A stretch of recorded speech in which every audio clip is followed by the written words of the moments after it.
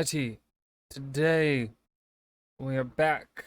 We're watching Blue Jays video on the wacky genius who popularized the fourth dimension, and we are continuing through with this meta narrative of this dude named Alex.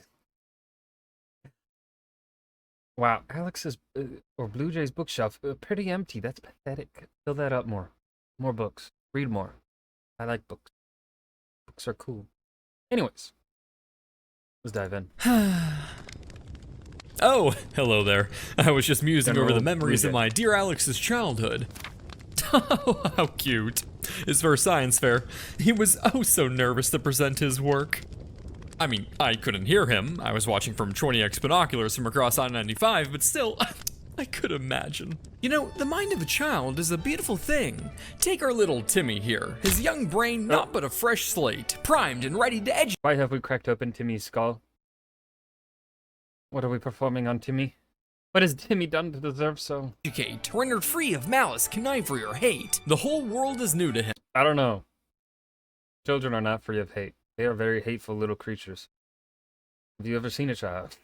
His name just a pseudonym. Each day a brick of experience that builds him to an eponym. That's right, he's just so stupid. And so naturally, this pathetically pliable flesh blob of neurons is enticingly ripe for manipulating. But that's not just my opinion. It was precisely the hope of one 19th century mathematician who conceived the world's first jungle gym for the purpose of developing a child's brain to comprehend the fourth dimension. Huh? That's right, class. Today we're gonna learn about Charles Howard Hinton, eccentric inventor, pioneering sci-fi author, and one of the wackiest and most influential mathematicians you've never heard of. Yeah. I do YouTube full time now. Wait. Is he just now starting to do YouTube full time? Like, this is the first video where he's officially full.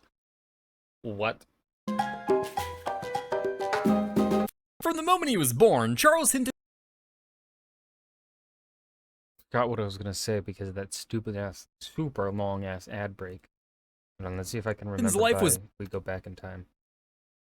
Oh yeah, what the hell was he doing before? Like his video, like what? From the moment he was born, Charles Hinton's life was marred with misery, as not only did his father ostracize his family by being a devout advocate of polygamy, but because he was born British. Oh, I'm sorry. It's one of the worst things that could ever happen to a person. British. Ew. Growing up in 19th century England under the care of a wealthy surgeon who laid so much pipe that his most notable quote was, "Christ is the savior of men, but I am the savior of woman," is bound Banger of a quote, my dude. to lead any child to be a bit eccentric, and Charles was no exception. His earlier years were rather ordinary. He went to university, got married, dined with eugenicists with a piss kink, you know, typical. What? Wait, what? His friends were much amused at his being considered an expert on sex. Some knew that he reportedly suffered from impotence until the age of 60, when he discovered that he could become aroused by this. No. Oh, I mean, look at his face. He kind of looks like someone that would have a piss kink. But no! British things, but it was only after receiving his bachelor's degree from Oxford that things really started to get Oxford, interesting. ain't it? In 1880, Charles shook the intellectual world by publishing his essay, "What is the Fourth Dimension?", where he provided thought experiments for a theoretical conceptualization of a fourth dimension of space. While he didn't invent the concept, his paper popularized the idea of the fourth dimension for the first time in history. But it wasn't just the vogue of academic circles. While the late 1800s saw an explosion in scientific advancements, it also saw an explosion in societal wackiness. We are talking about the Victorian era after all, and 1880 just so happened to be the peak of the spiritualism movement in Victorian England. Ooh, I can see him. He's right there in the fourth dimension. My father? You're sure? Oh yeah, that's him alright. But he's in a pinch. Looks like the 4D cartel is holding him for ransom. We need 50,000 space coins to speak to him with his head intact. What? Holy shit, they could die again? Yeah, and it's messy. Blood gets literally everywhere. I had to shoot a ghost in Bangkok from Paris and found brain matter in my trunk in El Paso. Anyway, I got a guy we can shake down for some cash. Here, hold this. What is it? 4D gauge pump action for intimidation, and also if any Tesseractosaurus come by. But be careful, the buckshot expands infinitely in all 3D directions, and it goes off for like no reason. Jesus! Pedro, how's it going, my man? I wouldn't do that if I were you, hombre. I've got a wormhole bullet aimed right at little Miss Isabella's cabeza right now. How's about What is happening? you cough up that money you owe me, or I'll give her kindergarten class a lot more red paint for arts and crafts time. Shit, it's the planner feds. Who the fuck did you talk to? I've just been here, man. Shut up. Damn it. Oh, God. Okay, put this on. It'll de-dimensionalize you. Follow me and keep quiet. Okay.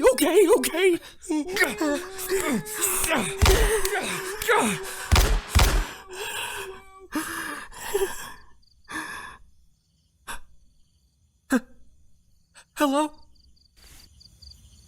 What the? God damn it, he took my wallet. Psychics and mediums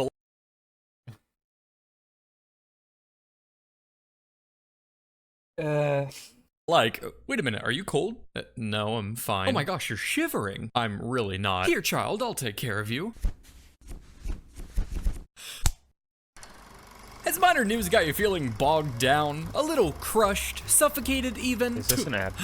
With all these sensationalist headlines clawing at my corneas for a smidgen of my attention, I know I sure do. Take something like the recent missile strike screen. Always glad to have Ground News as a sponsor. And now, back to the video. Psychics and mediums alike seized onto the emerging popularity of the fourth dimension as a scientific validation for the spiritual connections they peddled in their seances. While Hinton's original essay didn't make mention of anything spiritual, he did start to write about religious implications later on, and his publisher threw more fuel on the fire by adding the subtitle, Ghosts Explained, to one of his republished papers. Gotta sell this nerd shit somehow, after all. But scientific essays alone were a bit too boring for Hinton. If he was gonna write about mind-bending theoretical science, he was gonna do it in style. So before it was ever even considered a genre, Charles chose to express his thoughts on the fourth dimension through science fiction novels that he called scientific romances. One such work, titled Stella, followed the story of an invisible girl, a rather novel concept at the time, which went on to influence H.G. Wells' titular book, The Invisible Man, kickstarting the modern-day invisibility trope prevalent throughout Western media. In one of his nonfiction works, Charles Hinton invented a new theoretical geometry to aid in the visualization of the higher dimension, a fourth-dimensional hypercube that he called a tesseract, a word I'm sure you've all heard many times before, if not from your own study of theoretical physics, then from that one MCU-obsessed relative with a questionable lock screen who's racked up. Listen, that's not questionable, okay? I completely understand why anyone would have a lock screen like that. I don't have that lock screen. My lock screen is of my dog. You shall be the fellowship of the ring. Thank you for the follow. More hours watching the Avengers than they've spent in a shower. And while we have words like up, down, left, and right to describe 3D motion, Hinton also defined the terms for movement along the fourth dimensional axis as kata and ana. First the MCU, and now literally the word katana broken in half. I can't help but wonder if he was actually a genius or just another weeb born too early for Reddit. These are fascinating ideas, Charles. My guess is, because it's science, it's gotta be Greek. Some Greek origin. No clue what the words mean, just because it's science. I'm sure the Greeks are attached in some way. Either Greek or Arabic. That's all I know. Kata and Ana, you say? Do you have any accompanying diagrams I could ponder? Oh yeah, it's just in my room. Wait, don't go in! Oh my god. You like Demon Slayer? Bro, that shit's peak! But regardless of anything. The animation is pretty good. The animation's pretty freaking good. I've still only watched season 1 though. Theoretical karma farming, his impact cannot be denied. From occultists to filmmakers, Hinton influenced some of the greatest stories of the 20th century, setting the groundwork for the dimensional horror genres that plague internet culture today. I mean, even the great H.P. Lovecraft took inspiration from Hinton's theories. I've been excited to hear about this next big thing you've been working on, Lovecraft. You say it was inspired by this Charles Hinton figure? Yeah, so check this out. It's about this autistic ninja kid with a fox demon thing inside him. He's got a crush on this pink-haired ninja chick who hates him, but she's got a crush on the edgy ninja kid with magic eyes. So it's really funny when the autistic kid kisses the edgy kid because they're fighting over a seat in class or whatever. Now, the kid wants to become the leader of the... Why is H.P. Lovecraft talking about Naruto?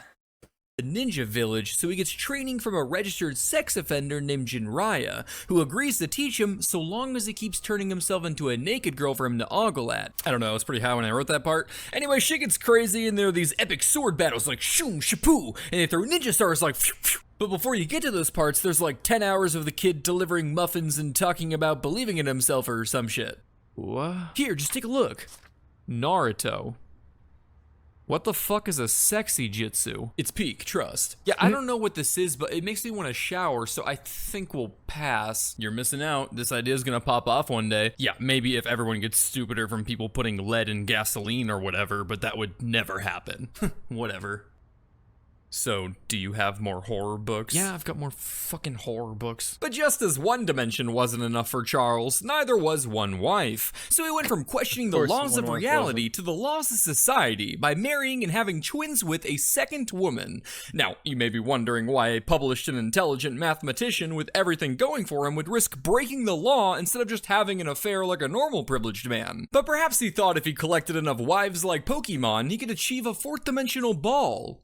And chain. Of course, he wasn't able to keep his double life secret for long, so shortly after getting his master's degree, word got out and he was arrested for bigamy, destroying his reputation and work prospects in England. Oh, Charles, you've done it this time. Guess the apple doesn't fall too far from the tree. Looks like you're gonna have to find somewhere else to live. Huh, maybe he was a weeb. Hinton fled to Japan with his first wife and kids, where he found work as a head. Wait. His first wife went with him after he cheated on her and got married to another woman. Girl, what are you doing? Master at Victoria Public School. It was here that he had his fourth kid, well, with this wife at least, and it was also here that he came up with a theory. Hinton hypothesized that since we humans spend our lives moving in 2D planes, such as from point A to point B on a road, that if a child were to be raised to move intuitively in 3D space, they would be able to... How the fuck does a child move in 3D space? Conceptualize the fourth dimension. Now, one could accomplish something like this with a whimsical series of trebuchets peppering the clouds with toddlers, but that would leave a child a bit more 2D instead of 3D, and thus unable to articulate their newfound enlightenment. So to test his theory, Charles created stacks of bamboo cubes arranged in an XYZ coordinate system, where he would run experiments by yelling out spots for his kids to race to. This way, a child could develop a fundamental understanding of 3D spatial movement with relative safety, even if it was lamer than my idea. X3, Y2, Z4, go! X1, Y4, Z2, go! Garage fridge, go! Blue ribbon, go! Pour in mouth, go! Dad, can we stop now? No! You're learning math. Now cigarettes, CVS, Second and Girard, go! Despite his efforts, it's a universal law that creatures inhabiting one dimension can't perceive the dimension greater. 2D Sonic, for example, can't see the third dimension, just as 3D Sonic struggles to grasp the fourth. For more information on this concept, Google Sonic Rule 3-4. But because they were essentially I saw where that was going. playing the 19th century equivalent of Minecraft, these drills ended up being more like playtime for the kids than rigorous science. So much so that Charles' youngest son, Sebastian, went on to patent the design later on in life, introducing the Jungle Gym to schools across America for the first time ever. While Hinton isn't around today to shout out coordinates, at least his fourth dimensional experiment can live on as a staple of any good playground. And who knows, maybe one day his experiment will bear fruit. We're gonna play on the Jungle Gym, Mom. Alright boys, have fun. Well, look who's back. Did you kids have fun playing outside? We have ascended to a higher plane of being, Birthgiver. Time and matter no longer bind us to their laws. We've grown beyond the musing of this play you speak of. Aw, you boys are too cute. Now who wants some juice? I do. Of the apple, perhaps. After a few years, Yeah. Charles left Japan for America, where he took up a job as a professor at the College of New Jersey, the school that would soon become Princeton. It was here that Hinton took a rather unusual turn in his career, as he found himself assisting the school's baseball team with a new invention. Utilizing his mathematical genius, Hinton designed and patented the world's first baseball pitching machine, Oh. which used gunpowder. Oh. Well, boys, what do you think? Terrible! This is the world's worst pitching machine! Well, at least I didn't invent the world's first bitching machine. The invention was impressive and versatile, able to adjust speeds from fastballs to no balls, and even featured extendable rubber appendages that could provide a light ball tap for stimulating. Curveball. No, I hated that. But let's look at it again, because it was funny. Yeah, man. What the fuck? Curveballs. The device turned him into a pseudo-celebrity throughout America as he showcased its capabilities, which included striking out the entire Princeton team. The gunpowder gizmo would be short-lived, however, due to, according to the New York Sun, the fear it inspired in the batters. Probably due to the fact that the baseball gun resulted in multiple injuries. Who would have thunk? Charles would then leave his job at Princeton, with some sources stating he was let go due to the pitching machine injuries. He had a few more jobs, teaching at the University of Minnesota, working at the U.S. Naval Observatory in D.C., and landing his final job as a chemical patent examiner. But Hinton never lost his fascination of the fourth dimension, as he continued to publish various works throughout his time in America. In April of 1907, Charles found himself addressing the Society of Philosophical Inquiry in D.C. It's reported that the polygamous British mathematician made a toast to all the female philosophers before leaving the dinner, suffering a cerebral hemorrhage, and dropping dead in the lobby. This goes out to all the baddies out there. Keep up the philosophy and may your curves stay sexy in every dimension. Mr. Hinton, maybe it's time for you to go. Oh, hey, baby. Listen, I know we can't see 4D, but I can show you 1D back in my jungle gym.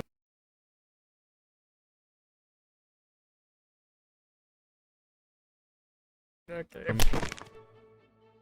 Oh no, look, he died of a sudden cerebral hemorrhage or whatever. That's crazy. Charles Hinton's life is interesting enough on its own, but throughout my research, I found myself just as invested in certain branches of his backstory outside of the bamboo ones. His family tree. If you thought Forrest Gump had a special gene for stumbling into so many events of historical or wacky relevancy, that gene was dominant in Charles' entire lineage. His dad, James Hinton, when he's not being remembered for his woman spelunking, is often associated with Jack the Ripper due to his connection to a potential suspect of the serial killer. Charles' wife, the legal one, Mary, had the maiden name of Boole, as in George Boole, the creator of the Boolean logic that laid the foundation for the information age that's allowing you all to sit there right now and watch the Subway Surfers gameplay under this video on TikTok. Charles' sister Ada was a fashion influencer and dressmaker who thrived at the forefront of the rational dress movement, working for some of the most beautiful stars of her time. But not of all time. One of his grandsons, Howard, became an etymologist, famous for not only his lifelong work studying beetles and discovering an extra stage in insect metamorphosis, but also for, despite all that, still finding a way to get laid. One of his sons, Jeffrey, became a computer and cognitive scientist, winning both the Turing Award and the Nobel Prize in Physics for his work in artificial neural networks, earning him the nickname the Godfather of AI. But perhaps his biggest claim to fame is being the clear inspiration for Shrimp from Smiling Friends. Charles' granddaughter Joanne was a nuclear physicist and one of the rare women who worked on the Manhattan Project, creating the very atomic bombs that would terraform Japan into the anime wonderland of her grandfather's dreams. Regretting her part as a nuclear future inducer, she moved to China during the peak spicy years and helped contribute to Mao Zedong's vision. Her brother William documented said, That's wild. From helping develop the atomic bomb to then helping Mao Zedong. spicy years while working the fields, returning to the States with notes on the so-called freedomless land, which were confiscated by the FBI, who blacklisted him from any teaching or employment in the land of freedom. He published books on his revolutionary experience in China, bloody violence and all, justifying it and selling hundreds of thousands of copies. A pretty sick nasty feat, but not nearly as sick nasty as when he ski raced in something called the American Inferno behind this guy. Who? Sorry, I just wanted to give you a moment to take in what may be the hardest image I've ever seen. I mean, it would look cooler if there was like, I mean, it's kind of hard. Like, it's just, I don't know. It'd be better if there's like stuff happening in the background. But you can't really like if he was out running an avalanche or something. This just looks like a dude. Like, okay, yeah, he's skiing and he looks all right, but like, just skiing. Seriously, I could go on for hours. Like, I didn't even mention the first Sea Lord in the family. While Hinton's story was cut short at the age of 54, his mark on society was only just beginning. His theory shined again in a cyberpunk novel in the 1980s, and he's even referenced in a 2005 teleportation feasibility study commissioned by the US Air Force. Which just goes to show that you should pursue your dreams, because even though your name may be lost to history, there's a chance that 100 years from now, even your ideas could help kill people in Iraq. Charles Howard Hinton. Hey, not just Iraq, but also Syria, Gaza, Libya, Iran, Afghanistan. I mean, I could keep going. 6 out of 10 stars. Damn, that was the wacky genius who popularized the fourth dimension. This is lots of bits in this video from Blue Jay, which I didn't mind. They were pretty funny. I think I enjoyed this more than the soda company video. I really like it when he focuses more on the super wacky shit. Those are my favorite parts of his videos, but still prefer more of his historical event sort of situation stuff. And not necessarily the science thing. I mean, he didn't really even talk too much about the science sort of thing. He just talked about, man, this is a video about the wacky genius, but it didn't also feel too much like it was about the wacky genius himself. Which, I mean, there probably isn't all that much known about the wacky genius. But yeah, this was a good video. I hope you guys enjoyed. Next video.